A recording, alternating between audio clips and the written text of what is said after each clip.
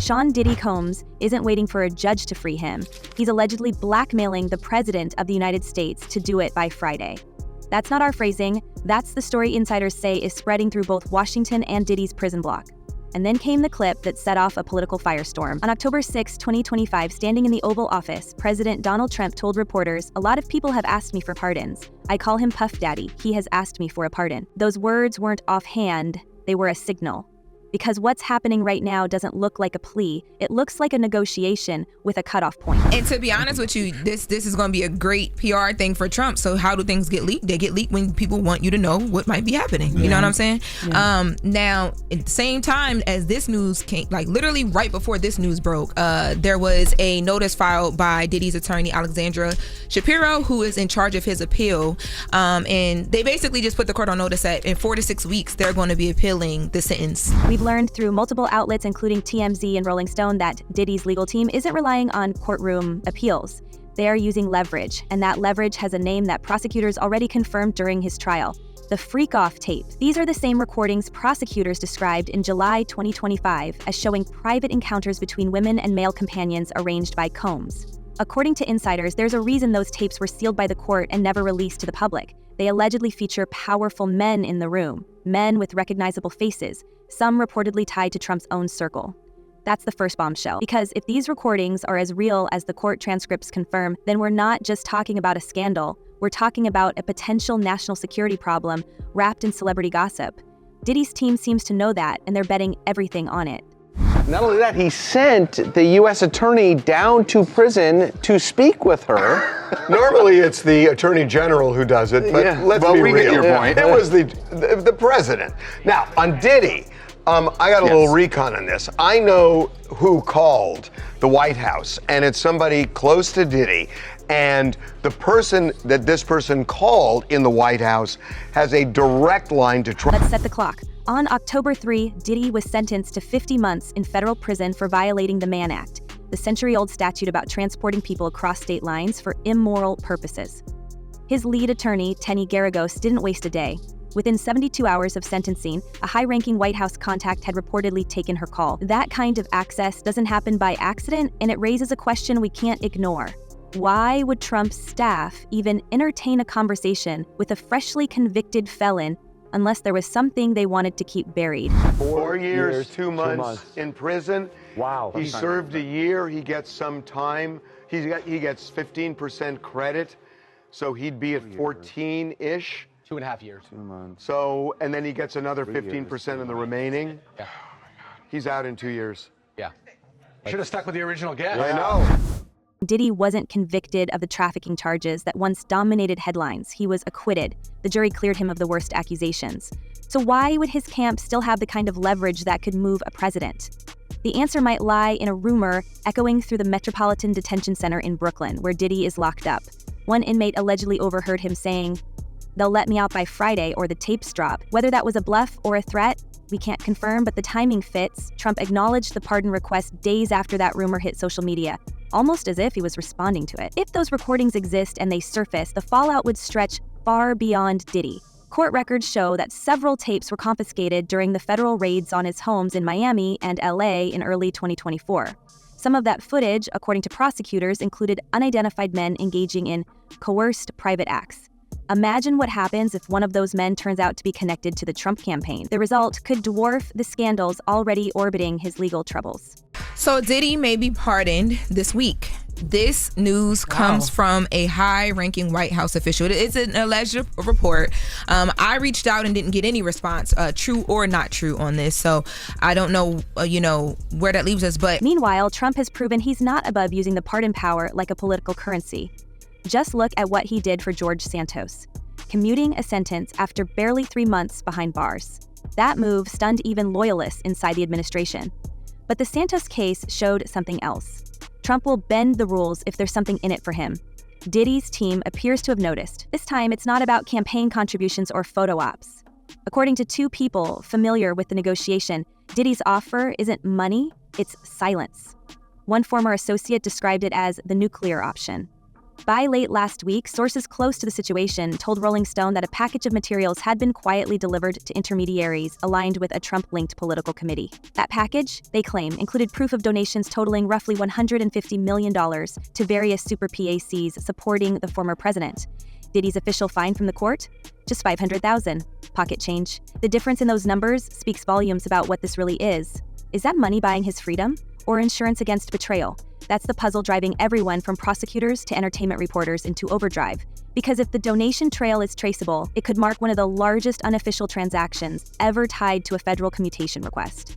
The White House hasn't denied the contact. They've only said they don't discuss private conversations regarding clemency. Same kind of extortion that we heard when Cassie took the stand and testified on that airplane ride back from France. Diddy said, you don't do a freak off, I'm going to release one of the freak off videos that you are profiled in and humiliate you. The pressure inside the detention center is reportedly boiling. Guards say Diddy has been telling fellow inmates he's counting down the days. Some believe he's bluffing, trying to maintain his image. Others insist he's already packed to move.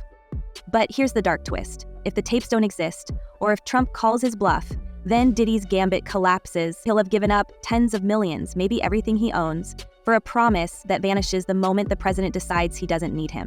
Trump's unpredictability is part of the danger. People who've worked with him say he can reverse himself in an instant.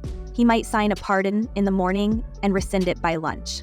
Insiders close to his campaign say staff are divided, some warning that freeing Diddy could detonate his own base. Others urging him to do it quietly and spin it as justice reform. That divide makes every rumor harder to read. Now, according to this source, Trump is going back and forth on this. And there are some White House staff that are saying, don't do it. Leave it alone. He wasn't supporting you. But the source made it clear Trump is going to do what he wants, so it could happen as early as this week. Now, y'all remember when... And yet, according to a TMZ correspondent with ties to the situation, a senior White House aide confirmed that commutation papers are being reviewed. Whether that's procedural or personal is unclear. What we do know is that Diddy's team believes they're hours away from success. They're moving money, securing housing, even drafting statements of gratitude as if the deal is already done. But here's the catch nobody's talking about. If Diddy really does have material implicating powerful people, and if he uses it, he doesn't just walk free. He paints a target on himself. Federal sources have already warned that leaking sealed evidence would violate multiple orders. If the rumor is true, then Diddy's playing a game where every move could trigger a new investigation. If Diddy's tapes are real, Trump has two choices: free him or face the fallout. That's the blunt reality shaping this week behind closed doors. We can see the political calculation forming in real time. Trump has a long record of rewarding loyalty. George Santos, Roger Stone, even allies who once swore they'd never turn on him. But Diddy isn't one of those allies. He spent 2020 calling for voters to rally behind Biden, even launching a movement to hold politicians accountable. So why is Trump entertaining the idea of helping a man who once worked against him? The answer, according to leaks from sources close to both camps, is chilling. The tapes aren't just about Diddy. They're about who else was in those rooms. Threatening. I mean, let's just be real for a second. There are a lot of lawyers who call this legal extortion. And that this is the way the legal system works, which is you threaten somebody with reputational harm. And in this case, it's interesting that Jay-Z, who's very wealthy, said it would be financial ruin. We already know that Diddy's conviction under the Mann Act centered on transporting individuals for so-called immoral purposes. That's old law language, but it hits differently now. If the recordings prosecutors seized show recognizable men at those gatherings, watching or participating, then Diddy isn't the only one who could face a courtroom. The quiet panic, reportedly spreading through entertainment circles, suggests that at least a few of those faces belong to people with political connections, and maybe even someone who once walked the West Wing halls.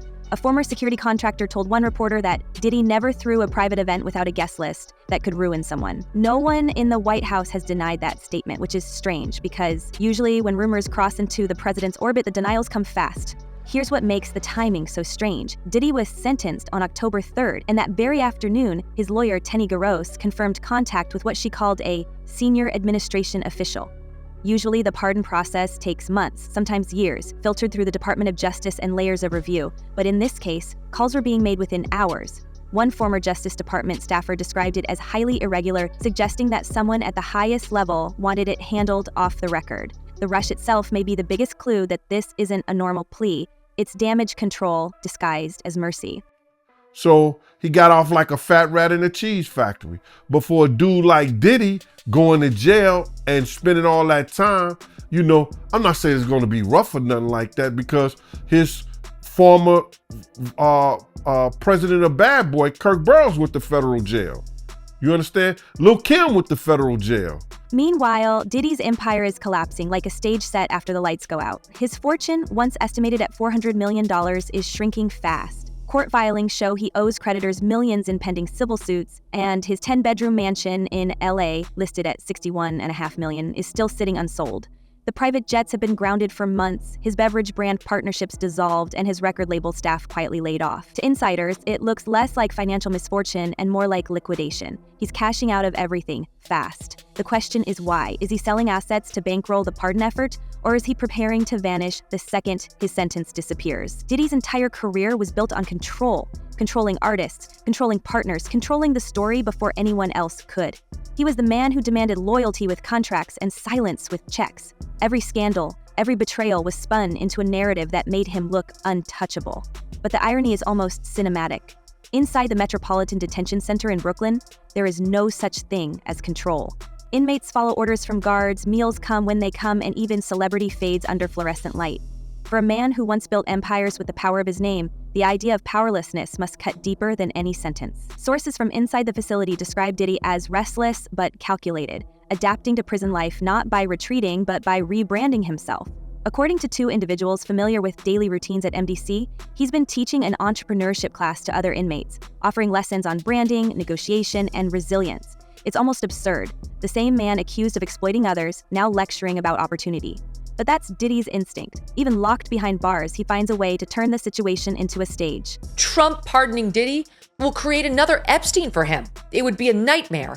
And last and certainly not least, the GOP is already struggling with female voters. And they're not all lefties. There are young conservative women who aren't in love with Trump or MAGA. There are. And this will not help. It's very clear. We all saw the videotape of him beating the hell out of Cassandra Ventura. To some, this behavior looks like delusion, a celebrity trying to pretend the walls around him are just another boardroom. To others, it's a survival strategy. In a world where status disappears the moment your name is stripped from headlines, maintaining the illusion of relevance might be the only thing keeping him sane.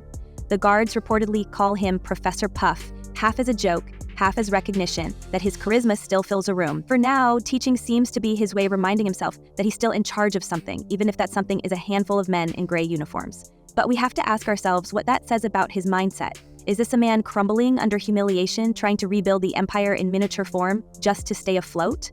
Or is this the same strategist who has always stayed 10 steps ahead, quietly preparing his next move while the world watches him fade?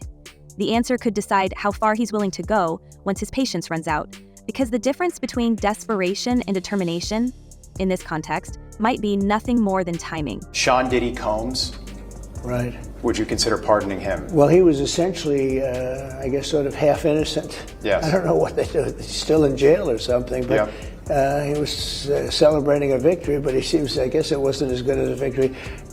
Probably, This is where the story loops back to the tapes. If he truly has nothing left to lose, no empire, no brand, no reputation left to salvage, then those recordings aren't bargaining chips anymore. They're weapons. The kind a man uses not to negotiate, but to destroy everything on his way down. It's easy to imagine him sitting in that cell, counting the hours and deciding when to pull the trigger, metaphorically. Every day without news from the White House adds weight to the decision. Every delay tightens the coil, and that's what makes this part of the saga so dangerous. When control slips away from a man who once ruled the room, chaos takes its place. Diddy might still be teaching business principles in a room full of inmates, but beneath that mask of composure could be something much darker forming. A man who no longer fears consequence has only one objective left: to make sure everyone else feels the fall. Whether that comes as a presidential pardon or a scandal detonated from the inside, nobody in Washington or Hollywood can say they weren't warned. Trump's pattern doesn't offer comfort. He pardons people who can serve his interests, not those who might threaten them. Every name on his pardon list has one thing in common: they were useful. Diddy, on the other hand, could be catastrophic if those tapes leak. So why is Diddy still so confident? The answer may lie in what's not being said. No official denial from Trump's camp. No public outrage from the White House. No lawsuit from Diddy's side disputing the existence of those recordings. The silence is starting to sound like consent, or at least caution. A very lenient sentence. So what they're asking for is this. They are saying, look, he was found not guilty on all the serious charges, racketeering, fraud, force, coercion, all of those found not guilty. He wasn't charged with, but it was part of the force issue. The only thing he's left with is the Mann Act, which is taking across state lines and paying them for.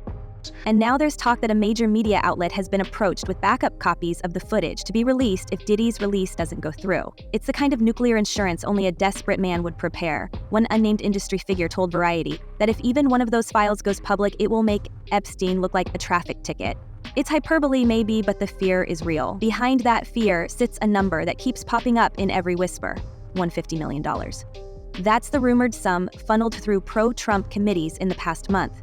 Official campaign records haven't caught up yet, but analysts are already flagging unusual donations from shell companies with no business history. If this deal really exists, it's the most expensive silence money has ever bought. We've also noticed the choreography. Trump teases the press with a line about Diddy, lets the speculation rise, and then goes quiet. It's classic leverage building. Each day of suspense drives up Diddy's desperation and his price. His team keeps insisting he'll be home by Friday, repeating it like a prophecy. But every hour that passes without movement looks more like a trap. Now, y'all remember when there was, some of Diddy's attorneys that were doing interviews and saying that they were having conversations with Trump. Mm-hmm. And then they came back out and said they weren't having the conversations. Mm-hmm. So this source is saying that even when all that back and forth was happening, there were really conversations going on. And the day after Diddy was sentenced, the conversation started. There's a darker theory floating around political circles that Trump never intended to free Diddy at all. The pardon talk could be bait, a way to extract whatever evidence or payment Diddy's holding and then discard him. We've seen this pattern before. Trump draws people close, drains their value, and walks away clean. If that's what's happening here, Diddy might be weeks away from realizing he sold everything for a promise that evaporates the moment he signs it over. Still, nobody dares say it out loud. Too many powerful people stand to lose if the truth leaks. The longer this stays quiet, the louder the silence becomes. And in that silence, we can feel the tension building. Either Diddy's about to walk free with the dirt of the century in his back pocket, or he's about to learn what happens when you try to blackmail a man who doesn't care about scandals. So what do we think? Does Diddy really have the nuclear option, or is he bluffing his way into oblivion? Let us know what you believe, because this story is far from over. We'll be watching every move, every leak, every strange silence until the truth finally explodes. Until then, keep your eyes open, stay tuned, and remember, nothing in Hollywood stays buried forever.